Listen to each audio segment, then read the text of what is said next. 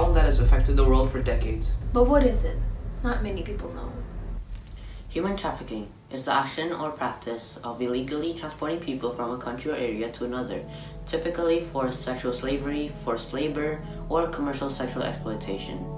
You may think, yeah, human trafficking is a problem, but how am I involved? It doesn't happen near me. Well, not exactly. 24.9 million people are pushed in labor due to human trafficking, and this includes men, women, and also children. 71% of the victims are women, and 29% are men. The biggest and most common form of human trafficking is sexual exploitation, and sadly, more than 50% of the victims are being sexually exploited. Unfortunately, the trafficking of women and children is becoming the world's fastest growing crime. In Indonesia, 150,000 people are trafficked each year, and 43.5% of those are below the age of 14, and human trafficking is very common. This problem is being dealt in a number of ways. One is from the government, and another is from the non-governmental organizations, and one of these is called Rumah Fe. And here we have Faye Simanjuntak, the founder of Rumah Fe. So, what is Rumah Fe? So, Rumah Fe is a non-governmental organization that I founded in October of 2013. And we are an organization that helps children who are sexually exploited. At first, it was only child prostitution, but after a while, we did widen our stance and our mission to focus more on child exploitation in general, child trafficking in Indonesia, specifically in Jakarta and in Batam. But we also do work together with other NGOs outside of Jakarta. So, Rumah Fe, we have 3 programs. At first, we only started with prevention, which is basically we talk to people, we go to conferences. Rumah Fe has specific areas in Jakarta where we build relationships with a kid, give them KESPRO, Kesehatan Reproduktif, or reproductive health education classes. And so it's really more about starting conversation among young people in high-risk areas so that they can be able to avoid, being trafficked, basically. It's really important to go to those communities because a lot of times they're uncomfortable talking about issues like sex, sexual health, and also coming to an adult about a situation they're in, specifically if it has to do with child abuse. So that's our main program, but other than that, we also work with prevention and rehabilitation. And rehabilitation is our other more important program, and there we actually have a shelter that was built in 2016, late 2016. And there we have our rehabilitation process with the kid. We have therapists, psychologists, on-hand moms, basically. We call them moms. They work there 24/7. And they basically mentor the kids. We give them religious training, vocational training, and also we bring normal classes to them, whether it's language, mathematics, and science classes. Okay. What is the condition of human trafficking in Indonesia?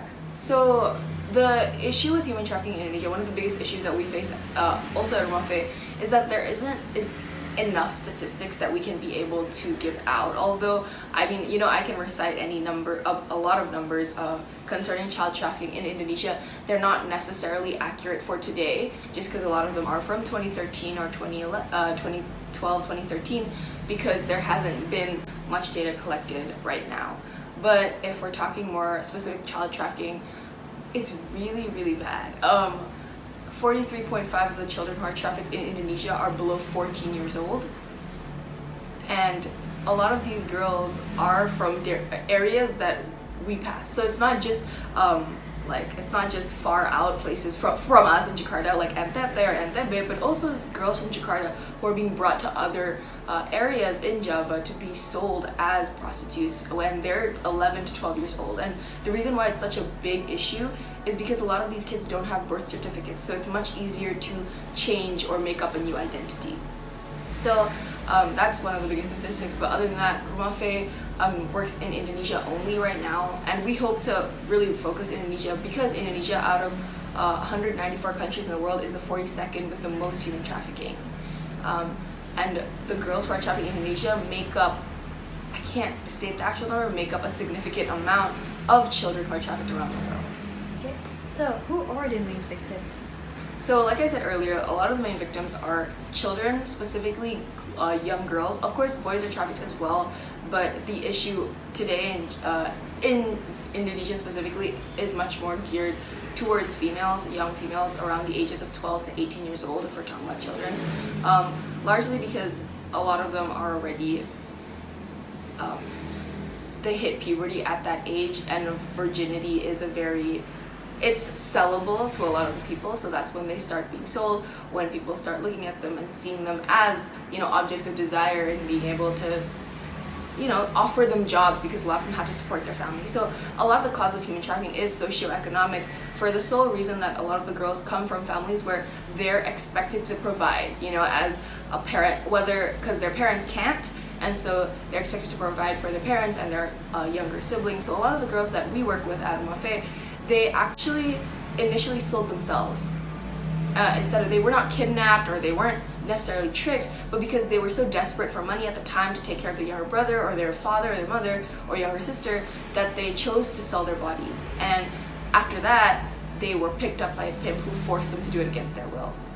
And it's a really hard thing to see, because a lot of these girls, again, the most amount of victims there is girls who have to provide, because it's a socioeconomic issue. Okay. So how has Rumafe affected the human trafficking society? So again, I wish I could say specific numbers, but I mean in terms of in general in Indonesia. But like I said earlier, a big part of Rumafe is prevention. So we do work at very specific areas in Indonesia where we see that there are a lot of kids being trafficked, or a lot of kids being forced to sell their bodies in this area.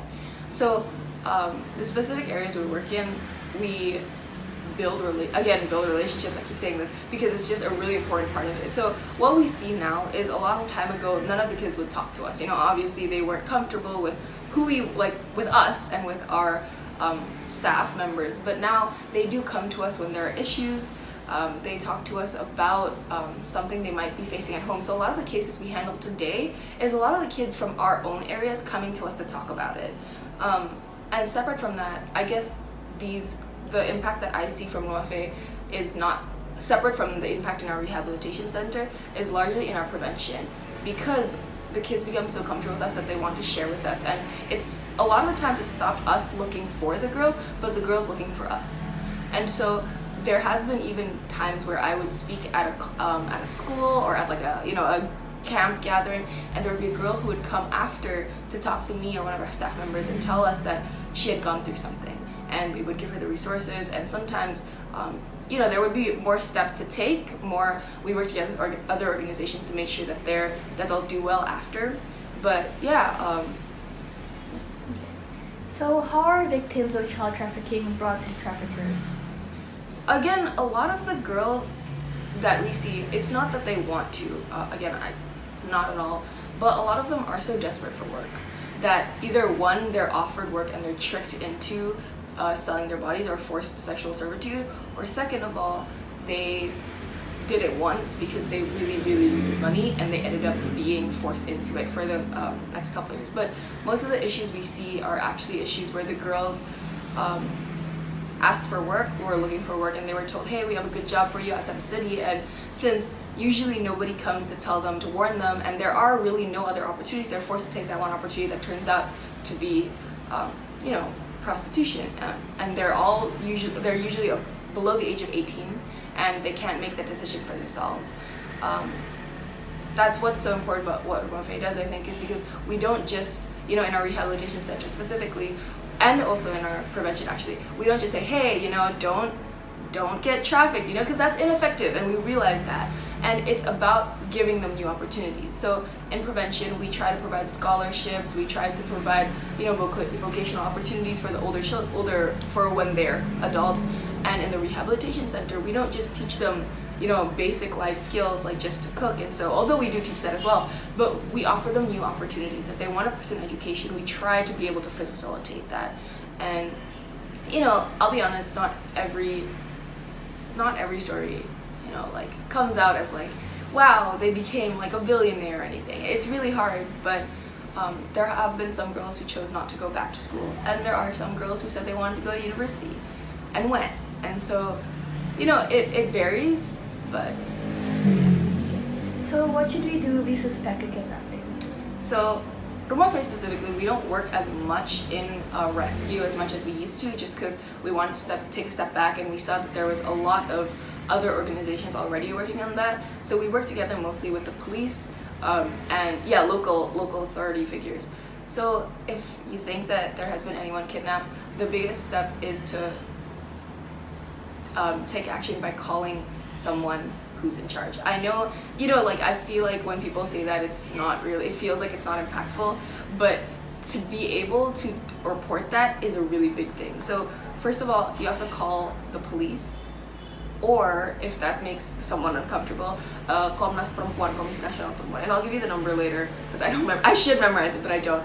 And third of all, if you're more comfortable with a non-governmental organization, because some people are, you can call Rumah Face Helpline or other organizations. Again, I'll give you the number after this. Yeah. So what are the ways for us or people to help? So, unfortunately, it's not as easy to help with issues like child trafficking as it might be for other issues, just because it's a very touchy subject, and you can't just prance into an area and say, hey, like sexual trafficking is bad, child trafficking, human trafficking is bad. First of all, volunteering. That's such the backbone of Rumah Fe is kids who volunteer or young people. We have a youth team and we have an adult volunteer team, and although it's a pretty selective process just because we want to make sure that we have very dedicated volunteers, I think it really pays off. It requires a lot of time to spend with the kids, and you do have to come to our workshops to know, about the teenage body. It's like, you go back to 5th grade, 6th grade, and you learn again about sex education, just because it's about conveying to the kids that it's okay to talk, and it's a serious issue that needs to be talked about through, socializations. So we talk about how to treat children, and issues, mental health issues even, and things like that. So first of all, it's volunteering. If you can, volunteer at Rumah Fe, but if you don't want to, there are other NGOs as well. Give time, put in effort, do research, because it's, especially if this is towards young people, towards teenagers, especially as teenagers, we have a very unique opportunity to be able to connect with the kids in these areas.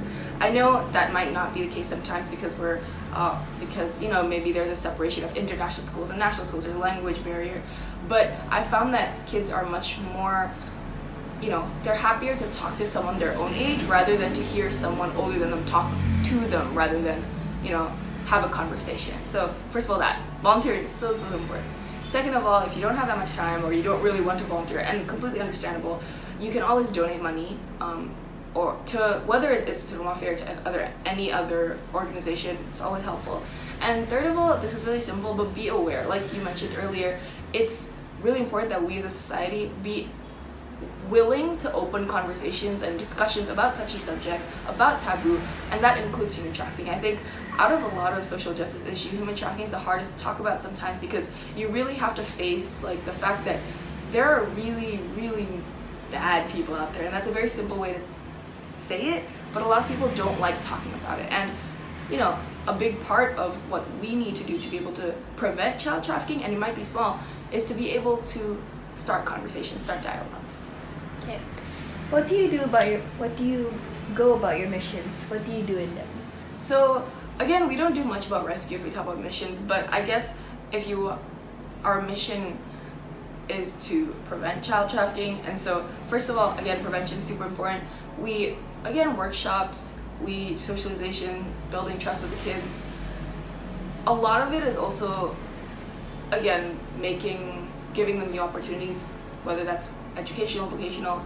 I guess missions then kind of goes more into rehabilitation. We've had, I can't give an exact number, but 40 to 50 girls in our shelter already. We have quite, it's not huge, but we can house about 10 girls at a time, but we try not to reach the limit just because we don't want it to be too overcrowded.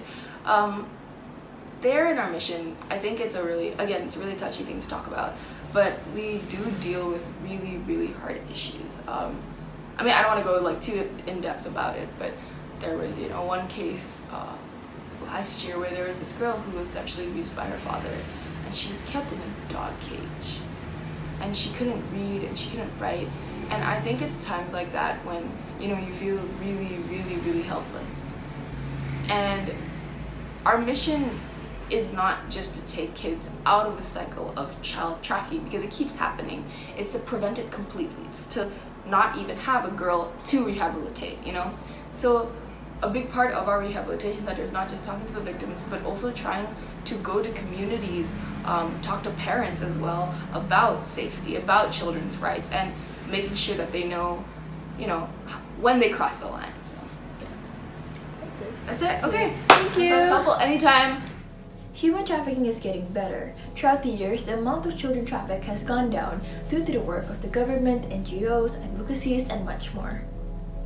There are many people who are eager to end this horrific situation, but we need more. There aren't enough people to really end this. But of course, Ruma Faye has left a great impact on people, but the problem still stands. Many children who are uneducated on this topic could be taken away and could end up as victims. We want to spread awareness on this because in Indonesia, human trafficking is a very taboo topic and is not widely spoken about. But we know that this is a topic that should be widely spoken about and not be avoided.